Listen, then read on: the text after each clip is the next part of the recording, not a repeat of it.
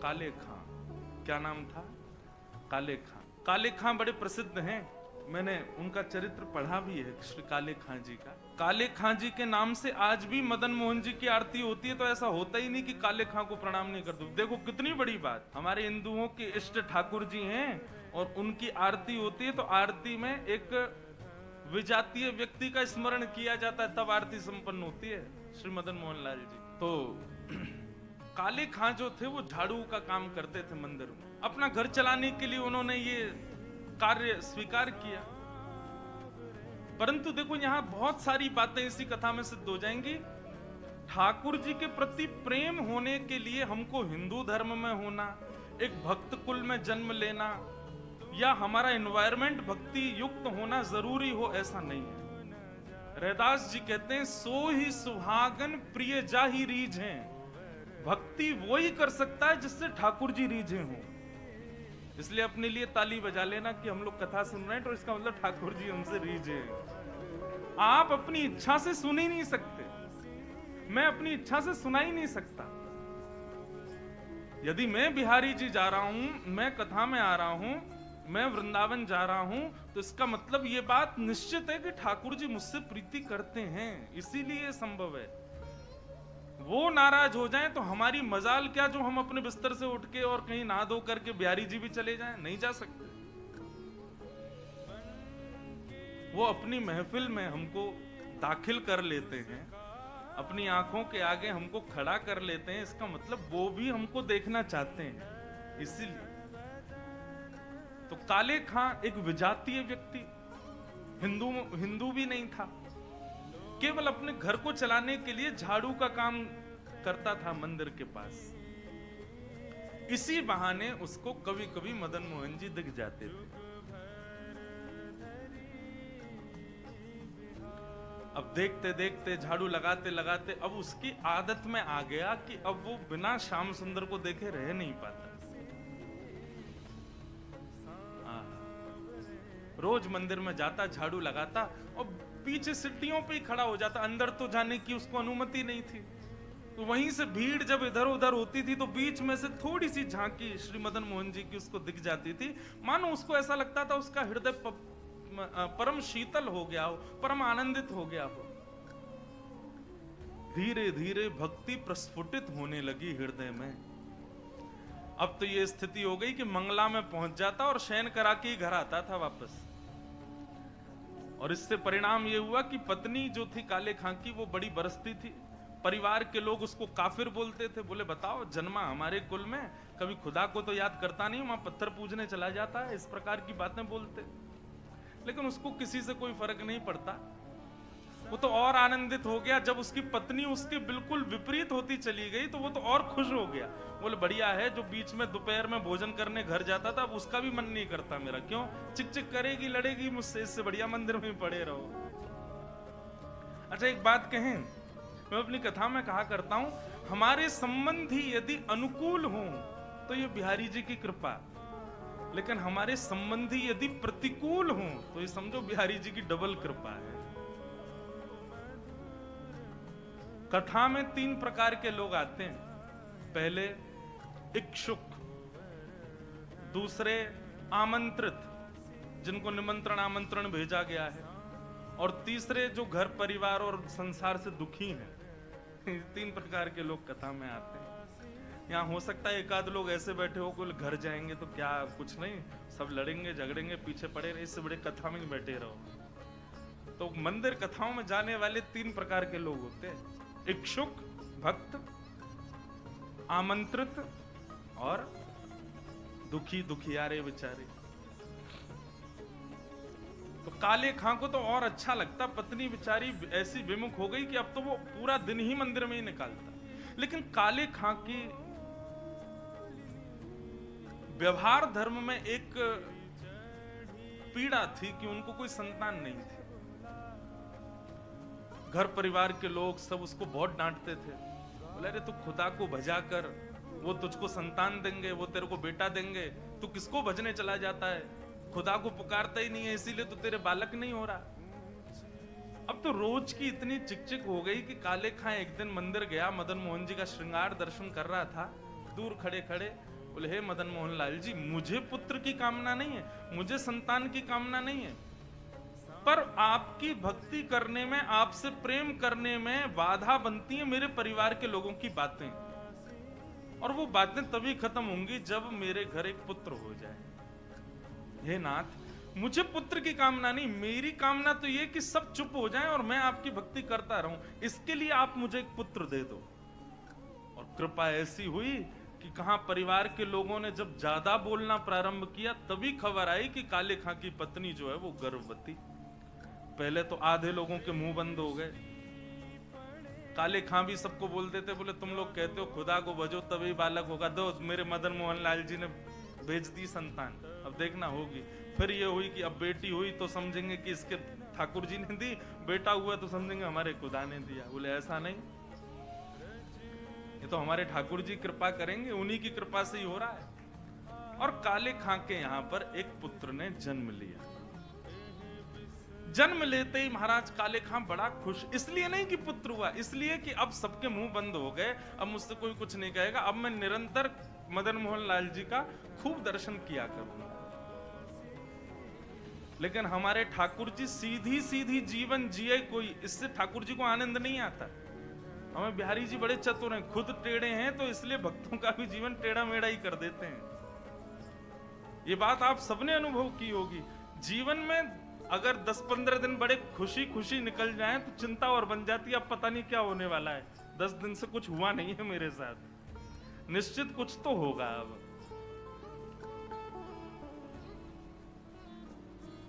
काले खां का पुत्र 8 वर्ष का हो गया, सब आनंदित था, काले खां बड़ा प्रसन्न। अब तो जन्माष्टमी भी मनाता है, राधाष्टमी भी मनाता है, रामनवमी भी मनाता है, घर वालों को नहीं बताता, बस मंदिर में जाके सब उत्सव होते हैं उसमें आनंद करता है। 8 वर्ष का बालक काले खां का यमुना जी के तट पर, नदी के तट पर कहीं खेल रहा था अपने मित्रों के साथ, और एक सर्प ने उसको डस दिया। सर्प के डसते ही महाराज नीला पड़ गया उसका पुत्र, बेहोश होके गिर गया। बालक दौड़े दौड़े गए काले खां के घर, काले खां तो मंदिर में था, उसकी पत्नी को जाके बताया। पत्नी रोते रोते मंदिर पहुंची, जाकर के बोली जल्दी चलो, हमारे बेटे को सर्प ने डस दिया है, वो नदी के तट पर बेहोश पड़ा है, मैं जा रही हूं उसके पास, तुम जाओ किसी झाड़ फूंक वाले को लेके आओ, हमारा बेटा मर जाएगा। लेकिन काले खां व्यस्त था ठाकुर जी की श्रृंगार आरती में, श्रृंगार आरती हो रही थी। पत्नी इतना बोल करके लौटने लगी, लौट करके उसने पीछे देखा कि आए कि नहीं, तो देखा तो काले खां तो ठाकुर जी को ही देख रहा था। पत्नी जाकर के बरसने लगी, बोले तुमको अभी भी यही दिख रहे हैं? अरे हमारा बेटा मरने वाला है, देरी करोगे, कोई झाड़ फूंक वाला नहीं पहुंचा तो उसकी मृत्यु हो जाएगी। लेकिन काले खां तो अभी भी मदन मोहन जी को ही देख रहे थे। पत्नी ने कहा, यदि मेरे पुत्र को कुछ हो गया ना, तो फिर देखना मैं क्या करती, तुम्हें और तुम्हारे इस मदन मोहन को दोनों को देखूंगी मैं। ऐसा कहकर के पत्नी तो चली गई, काले खां वहीं खड़े रहे, नेत्रों से अविरल अश्रुधार बहाने लगे, इसलिए नहीं कि पुत्र को सर्प ने डसा, इसलिए हे मदन मोहन लाल, क्यों आप चैन से नहीं बैठने देते मुझको, क्यों आप चैन से मुझे दर्शन नहीं करने देते? ये सब मुझे पता है आपकी लीलाएं हैं, और ये सब क्यों करते हो ये भी मुझे पता है, मुझे परखने के लिए कि मैं अपनी स्थिति से च्युत तो नहीं हो रहा कहीं। लेकिन मेरा पुत्र दिया आपने था तो बचाओगे भी आप ही, और पुनः कहूंगा इसलिए नहीं कि मेरा पुत्र है, इसलिए कि मैं आपसे दूर ना हो जाऊं, बस मेरे पुत्र को बचाना। संध्या आरती के बाद जैसे ही कपाट बंद हुए, काले खां